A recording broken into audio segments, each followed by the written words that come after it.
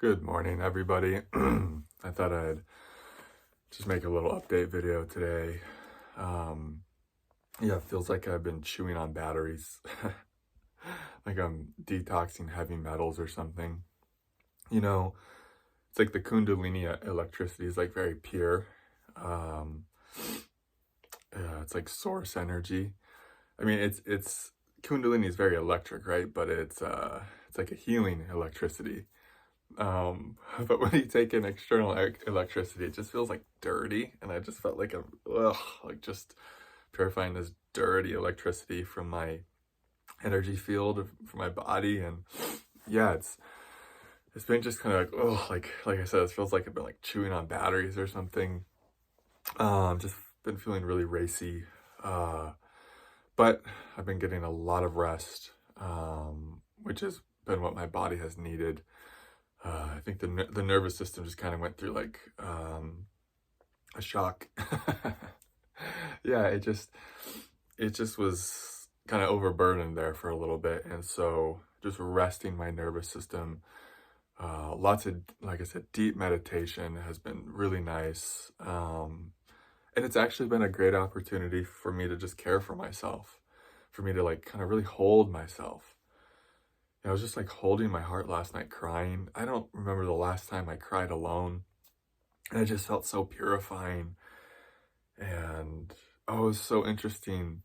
The lady who runs the Airbnb out here, she just randomly came by yesterday.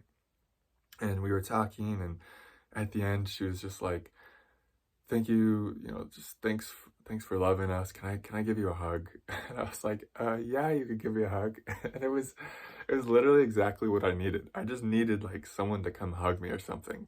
I was just going through a lot, and so it's really beautiful how the universe works in that way. It just kind of, gave me what I needed in that moment. And so, yeah, this whole little thing I went through with just taking in too much electricity, it's been kind of this, I hate to say it's not like what I needed or anything in some senses, but in another way, it's like it's provided me this really fertile ground to really connect deeply with the one in me that is just like hurting, that's just like tired, that's feels, maybe lonely, that's heartbroken, that's kind of in despair, right? Sometimes events happen to us so we can connect with these deeper parts of us that are really struggling.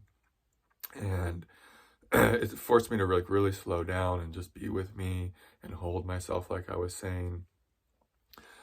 Um, so yeah, and I have a Cesare retreat that starts today. That will be another great space to take these parts of myself, and I'm really looking forward to the Cesare retreat because I've been in this season, this phase of isolation. And sometimes that's how the awakening path goes, is the divine pulls us into solitude, pulls us into these places of like the hermit phase of where we're not in relationship as much with people. And I've had these phases before, but it's been a little while. And I've kind of been in that place recently. And I just noticed yesterday, I was like, oh dang, there's some parts of me that are feeling super lonely. So it's going to be awesome to go, even though it's only on Zoom, it's still going to be really cool to go connect with people that I know really deeply on a soul level. I've done lots of retreats with these people. And the isolation phases, they're really difficult on a human level because you do start to feel pretty lonely, right? But they do serve a purpose. And I will say, I've never really felt closer to God before.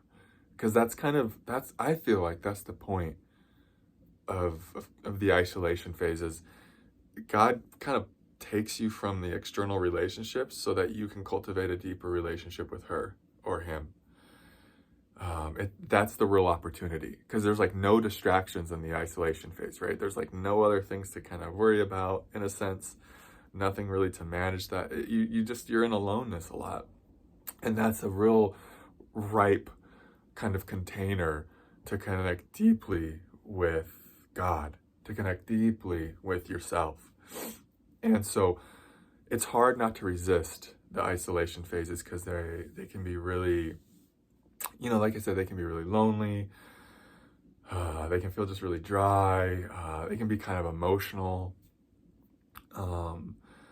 But if you're able to, embracing them can be a really beautiful thing. Or they can be a beautiful thing, and that's why it can help us to embrace them, because they can deepen our connection to the divine, to the non-physical, to our higher self. Because like I said, there's not much else to distract us, and that becomes the thing. And if you just go with it and you just let yourself be lonely, let yourself be in solitude, and don't fight it, you'll notice you're just actually pulled inside of yourself. God's like pulling you towards her when you're in these isolation phases. She's the one who's constructing your reality for you in this way. She's getting everything else out of the way so that she just wants like a one-on-one session with you for however long, a few days, weeks, or months, or maybe a year. Maybe some of you go through long isolation phases. I know a lot of great spiritual saints, getting chill saying this, they spend many years completely alone before they come out of the cave or come out of their dwelling and start teaching. So these stages are super valuable for our evolutionary journey when it comes to knowing God on deeper and deeper levels.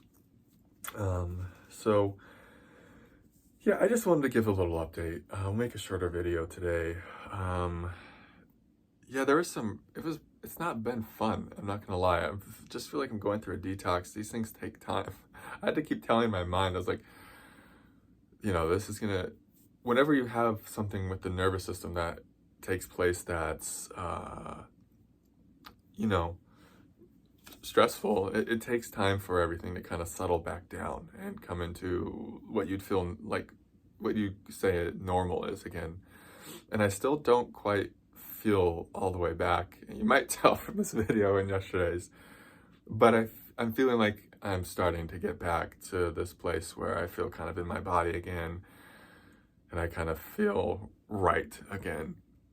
So yeah, that's happening. Thanks for your donations. Thanks for your support. It really means a lot to me. I'm just seeing if there's anything else I want to talk about. It's so funny how when I was going to write this energy update, one of the things I kept saying is like it's triggering up a sense of desperation, these energies, helplessness, deep neediness, and the lesson is to deepen in trust. And then I go through a whole energetic, event thing.